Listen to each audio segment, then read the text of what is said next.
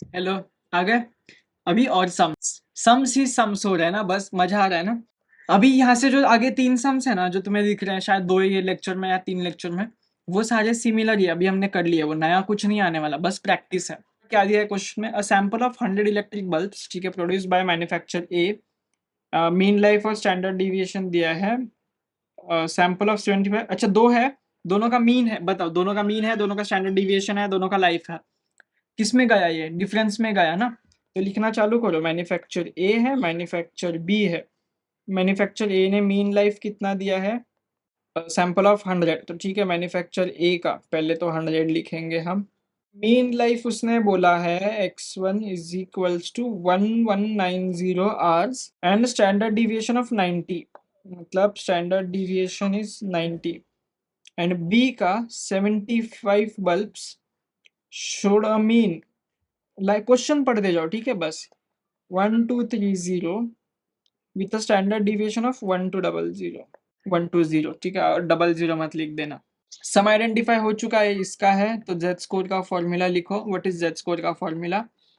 x1 minus x2 minus μ1 minus 2 upon sigma 1 minus 2। अब next step क्या है? Hypothesis h0 and h1। Is there a difference between the mean life of two branch significance level? Difference है कि नहीं वो पूछा है। So mean life that is μ1, there is a difference, मतलब दोनों में सेम नहीं है। डिफरेंस है मतलब क्या? सेम नहीं है, बड़ा है छोटा है वो नहीं पूछा है। डिफरेंस नहीं है मतलब नहीं है। एंड दोनों में कोई डिफरेंस नहीं है, दोनों सेम है। तो इसको हम इंग्लिश में क्या लिखेंगे? There's a difference. एंड यहां लिखेंगे देयर्स नो डिफरेंस। ठीक है, μ1 डिनोट्स द डिफरेंस। ठीक है, सेम है तो वो इक्वल टू रहेगा। समझ में आ जाए ना, कंफ्यूज मत हो प्लीज। अब h0 h1 हो गया, जेड स्कोर हो गया। अभी क्या निकालना पड़ेगा? ये निकालना पड़ेगा हमें, क्योंकि ये तो जीरो होएगा। क्योंकि देखो फिर से नल हाइपोथेसिस ने इसको जीरो बना दिया अगेन। तो sigma 1 minus 2 is equals to square root of, एक काम करते हैं ना, सीधा जेड स्कोर में ही निकाल लेते हैं कैल्सी में। तो Z score is equals to what is x1 1190 minus x2 is 1230 minus 0 upon, कैल्सी में भी इतना बड़ा डेटा डाला जा सकता है, हाँ, वैसा का वैसा लिखो, upon square root of what is sigma 1 square 90 का square upon n1 100 plus 120 sigma 2 का स्क्वायर प्लस सिग्मा 2 का square upon n2 which is 75। यह आ रहा है -2.42091।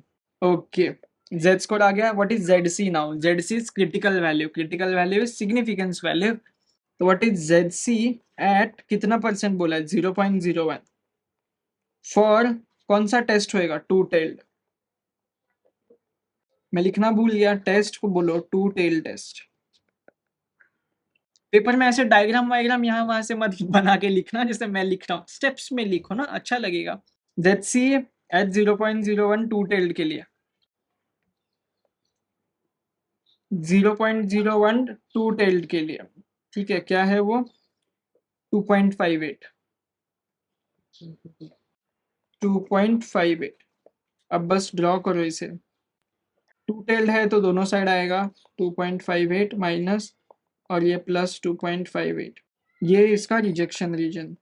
बताओ ये -2.4 एग्जैक्ट यहाँ पर पड़ेगा, तो जेड ये एक्सेप्ट हो गया। जेड स्कोर क्या हुआ? एक्सेप्ट क्या हुआ? h0, हमेशा हमेशा h0, ठीक है, there is no difference, therefore Z score lies in the acceptance region, therefore accept h0, that is there is no difference, there is no difference what? Two brands। Simple था। तो चलो अगले लेक्चर में मिलते हैं। Bye bye.